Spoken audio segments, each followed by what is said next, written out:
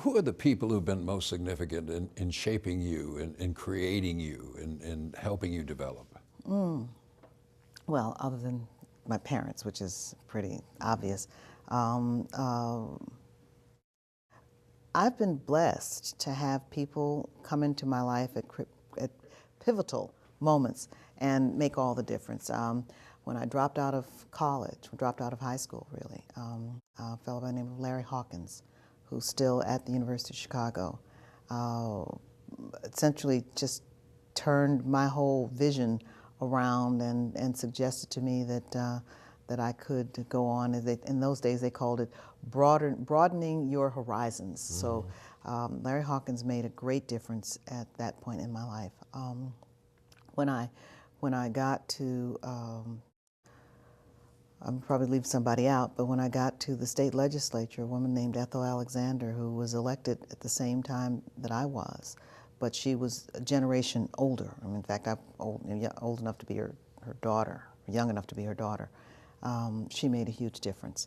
And so there are people along the way who touched my life at times when I might have taken one road or another, and by their influence in my life made a big difference. Now, you mentioned your mother and father a moment ago and said that they weren't bohemians, but they were people living in the artistic world and had people in the house. What about them? Oh, well, my parents they had an unusual marriage to begin with. I mean, it was a tumultuous marriage, but at the same time, and they were opposites. My mother was very, she called it firesides and slippers. She wasn't social.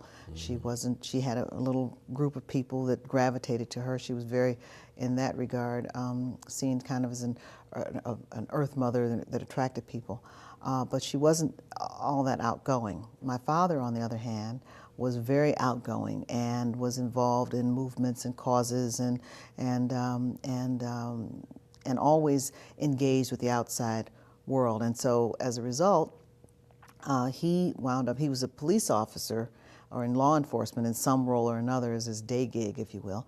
But he played 7 instruments, and so he played the saxophone part-time professionally.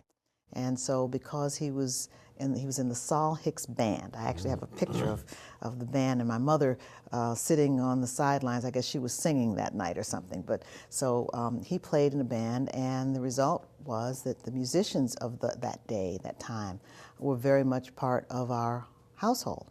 And so I grew up, I knew Gene Ammons, I knew Bird, Charlie Parker, I knew... Charlie Parker? Absolutely. Thelonious Monk.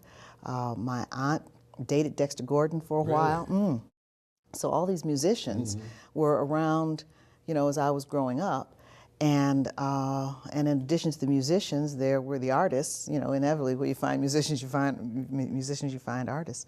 And so I just grew up around the arts, and that I don't know, by osmosis or otherwise, but that also, I think, influenced my worldview. I read someplace that you described the difference between your mother and father as the difference between Booker T. Washington and W.B. Du Bois. How did that play out? That's exactly right. I didn't realize I had done that, but yes, that's exactly right. Well, because she was very much, in fact, she had an expression that you grow where you're planted. You do the best job you can where you're planted. And her expression was, whether you're a street sweeper or the President of the United States, you do the best job you can at what you're doing and be proud of your work. So she was very much this is the job, this is the task, focus on not having ambitions, not seeing a world outside of the home and the family as being all that relevant. He, on the other hand, did see the world and was very concerned about what was going on in the world and did what he could in his way to make a difference and to change things. And so his social activism, I think, was born of that. And so I grew up, again, in addition to the musicians and the artists, I met a woman by the name of Anna Langford. Was the first black female alderwoman in Chicago, and he took me to Anna Langford's office when I was 11 so that I would meet a black woman alderman. And there was another woman judge, Edith Sampson, and he took me to meet her. We went around. He was very, again, he had this broad mind, and so we were raised Catholic.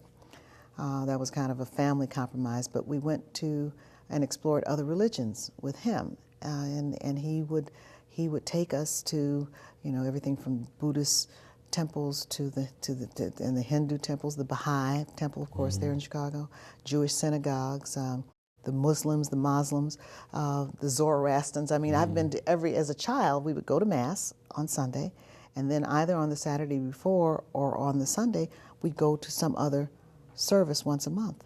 And so I had a chance to, again, without knowing that was part of my education, learn about world religions from a very early age. Very quickly back to Anna Langford. Do you think this put something in your mind that I could do this someday? Well, I don't think so. Yeah. I mean, it was, you know, it's like kids. You take them and you expose them, and they go, oh. Right. I think that was kind of my attitude. It was like, oh, I don't. No, I don't. In fact, I didn't think of myself as, I didn't envision or envisage a political career at all until I was running for office, for all intents and purposes. I mean, it wasn't something that I thought of as having any real relevance to my own career. What about your grandmother? Well, I had two very different grandmothers. My mother's mother, my grandmother I called my saint and guardian angel, she was a very, she was the one who went to Mass every morning. Every day she went to Mass. Lived a very structured life, very calm life. Well, her life actually was filled with tragedy, but later, when I knew her, by the time I got up, she was a person in whom I found great refuge and nurturing and comfort and guidance. My other grandmother was hell on wheels. I can say it even, I mean, sorry. And she was a black nationalist. She was what the men, they would call them race men. Right. But she was, and also what today is being called a revert. That is to say, her family had been Muslims from North Africa, I gather. I haven't, that's kind of getting lost in the midst of time. But anyway, she became a Muslim. And so I actually went with her to hear Honorable Elijah Muhammad speak. I've seen her. In fact, there was a convention in Gary, Indiana in 1972 that I went to under the auspices of somebody who was at that time one of my mentors, Dick Newhouse. And I looked up and there's this little woman coming down the walk through the gymnasium. It was a big gymnasium. And she had on the Muslim garb. And I looked and said, Mama Liz, what are you doing here? She said, I'm here to be with my people. The Ethiops are gathering. All right. So, you know, but so she had been very much a, again, a black nationalist and very into not being, into being a Muslim. And so she practiced kind of the amalgamation of Muslim beliefs that Elijah Muhammad represented.